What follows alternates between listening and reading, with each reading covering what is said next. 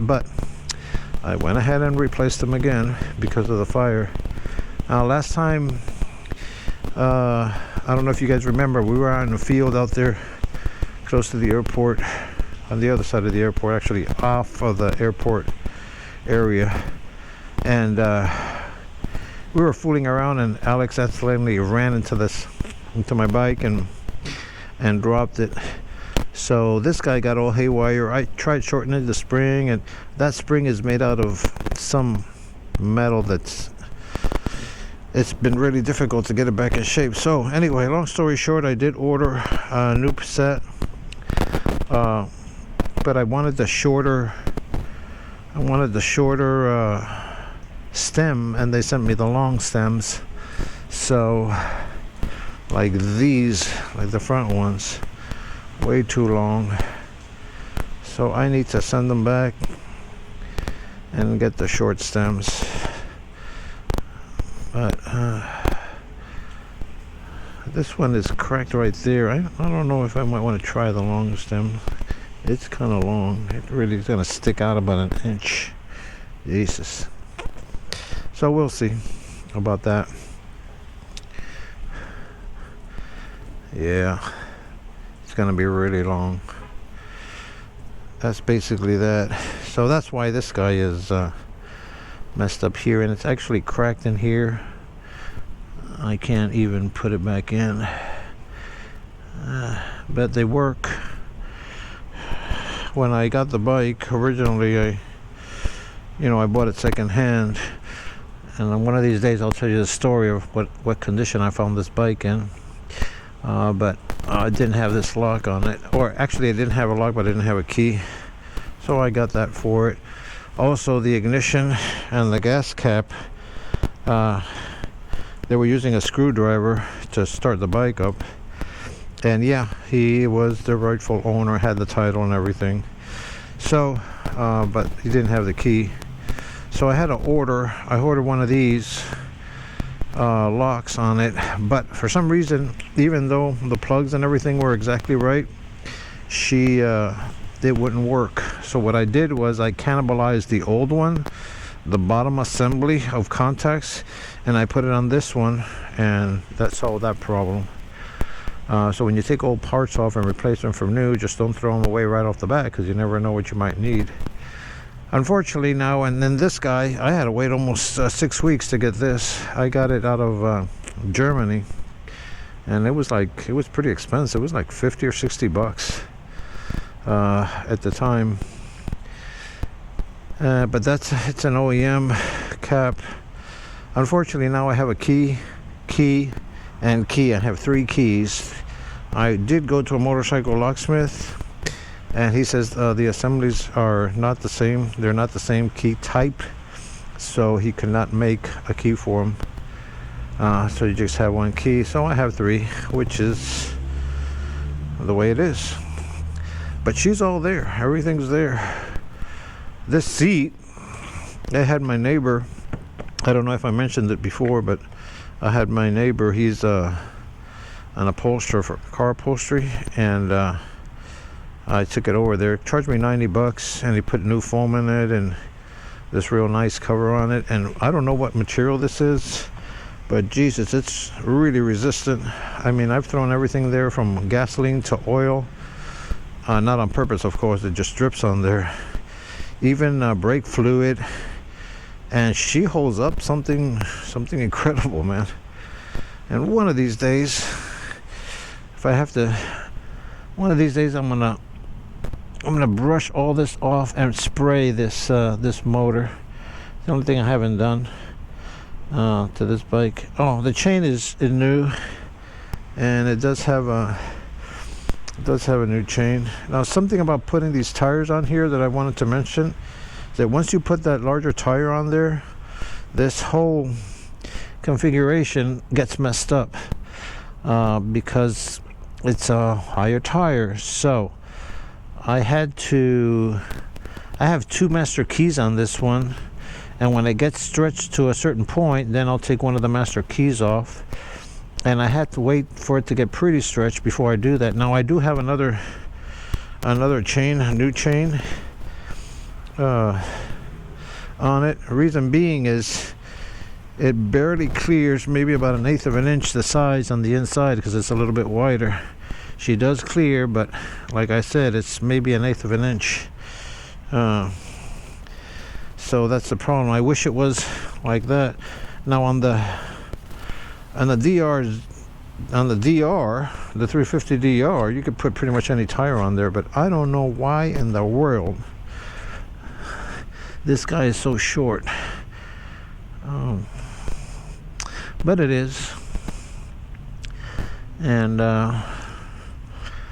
so in the future, whenever I wear that tire out, I'm not sure yet if I'll just put the original size tire on there, or I'll still, well, just keep it the way it is. I already know what to do to make it work. So what else? I did replace the seals, which I didn't have to, but I had the bike apart at the time for the headers, but I had a heck of a time taking the these bolts off. I had to go to Harbor Freight and get the long version, the long Allen wrenches for it. They get hooked up to a ratchet. You have to take this whole assembly off to take it all off. And once I did, I think it's the one on the other side where you just can't get to it. And then I tightened it too much. So one of these days when I find one for cheap on eBay, see these little guys, how it's slightly bent, I just over tightened it. And but she doesn't leak or anything, and it's well sealed. Carburetor, when I first got it, I probably worked on that carburetor, had it on and off about a dozen times until I learned enough about it where I know how to tune them really well now. Now this one here has got a bad choke. Sometimes I use a choke and sometimes I don't. But that choke is not good, but I have a kit for it. But she starts right up, and since it's not broken, I'm not gonna worry about it. Oh, I also had a leak on this little seal here, oil leak, and it was probably one of the easiest things I've done. Once you take this little spring off and cut loose the cable, you just move it all to the side. You kind of drill a tiny little hole right on top of that rubber right there. It pops out, the little seal pops out, and just put the new one back in there. That's it. It's no big deal. That was it. You do have to take this little guy out. It comes straight out. Just remember exactly where you know, I marked it with a marker. It slides in and slides out. I mean, it slides out and then you slide it back in. That was basically it. So little things. I did have a leak when I first bought it. There's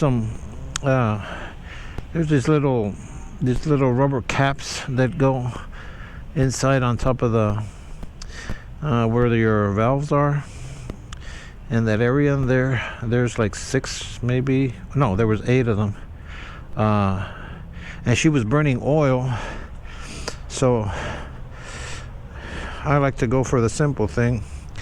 A lot of people would have probably gone ahead and went, oh, I don't want to rebuild the whole thing, I'm taking it apart. Well, I didn't do that. I got what I needed, put it back together again, and I put a new seal for the head on there. I've seen other people put they leak, so they use, like, I don't know, silicone, and it just looks awful. But this worked out really well. And if you need to know how to do it nice and clean, just let me know in your comments there, and I will give you a description and what I used to hold everything together. I think that's basically it. Of course, these guards, they were like $10. They're not professional, but they do the job for me. And of course we got the Pro Taper little cushion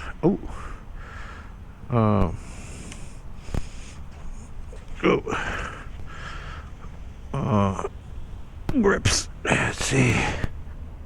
I did paint pretty much everything on this bike except for the frame. And that fender over there is not the original fender. Didn't like the original fender. Looked old and stupid. And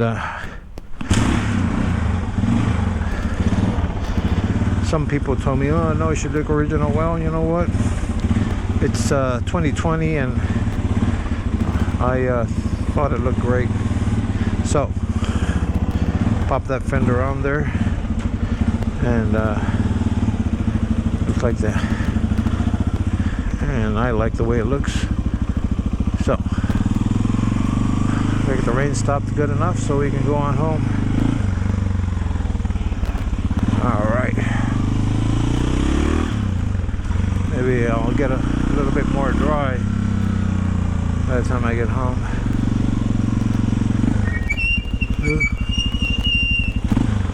Squeaky rear brakes. One of these days I have to take this guy apart and go ahead and clean it up. I think it's just crystallized. I should be able to just brush that off, and that'll take care of that. Oh, these mirrors, of course they're not the original mirrors. The original mirrors suck. Don't like them. These, again, I think these cost me like 12 bucks on eBay, and they work good so far. I put the same ones on the DR350 as well. They work good. I don't feel too bad when if I break them like I have before. I think I have another set over there at the house. So far so good. Very reliable bike. I'm really happy with it.